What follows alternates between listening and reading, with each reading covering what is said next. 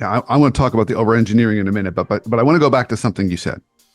You said it, and everyone here listening was just like me. My first time I heard it, oh yeah, of course, oh yes, of course. But it warrants some explanation. So you said, hey, not every company has a performance-driven culture. We all heard that. We're like, oh yeah, performance. Oh, I like that. But what does that really mean, Wells? So when you're walking into a company, what are the things you're looking for that says, okay, this company or this team has a performance-driven culture versus not? What are some of those cues or clues? Yeah. I think it starts with, did they use any kind of KPIs in any area of the business? And do they regularly report those and discuss them, share them across the organization? Do they have clear goals for the business year, that everybody can relate to and understand and connect with?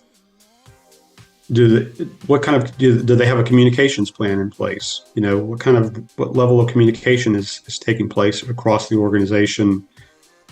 Town halls, team meetings, newsletters, Slack, social media, et cetera, et cetera. So to me, there's a lot of different ways of kind of cluing into that. I mean, obviously, when you start to double click down a little bit further, you look at compensation. Do people get rewarded based on their performance, or do they, is there any kind of incentive-driven compensation? And what does that look like? Do they just do you just get it automatically? Worked with a client last year who I think they had about 500 employees, and maybe 25% of their staff got annual bonuses, some pretty significant. There was no link to results or what good looks like, those kind of things. So all those different factors are, I think, important to kind of consider. Yeah. So if we go to that example, what's the danger of giving out bonuses or rewards that aren't linked to something clear, let alone performance? What happens? Why is that bad?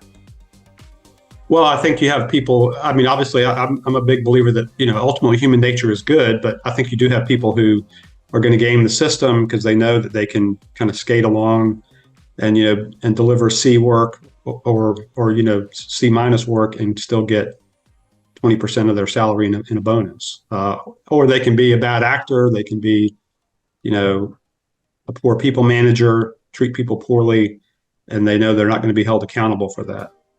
So I think that it also sends a signal, to people that the 75% of the organization who doesn't receive a performance bonus or have the opportunity, that it kind of looks even more like I don't know what you would call it, not a meritocracy, of course, the opposite of that. So, okay, once you get into management, then you can make more money and it's comfortable and you get, nobody's going to hold you accountable. Well, we call that politics.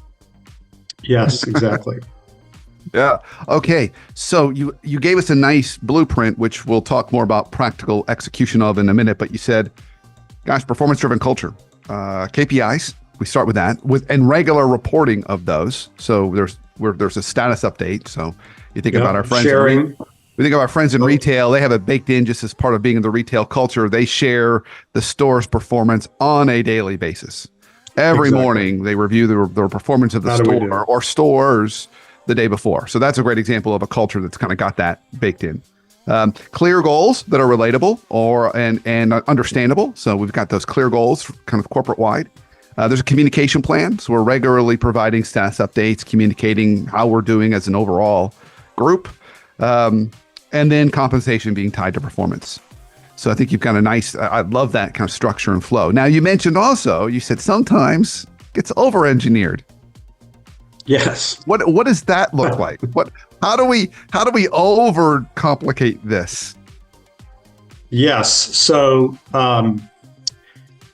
usually it starts with, depending on the size of the organization, the tool that is used can really have a negative or positive impact. But I see largely a lot of times that people, the technology, if they use a software program, most people today, I think, use some kind of software to, drive the performance management process.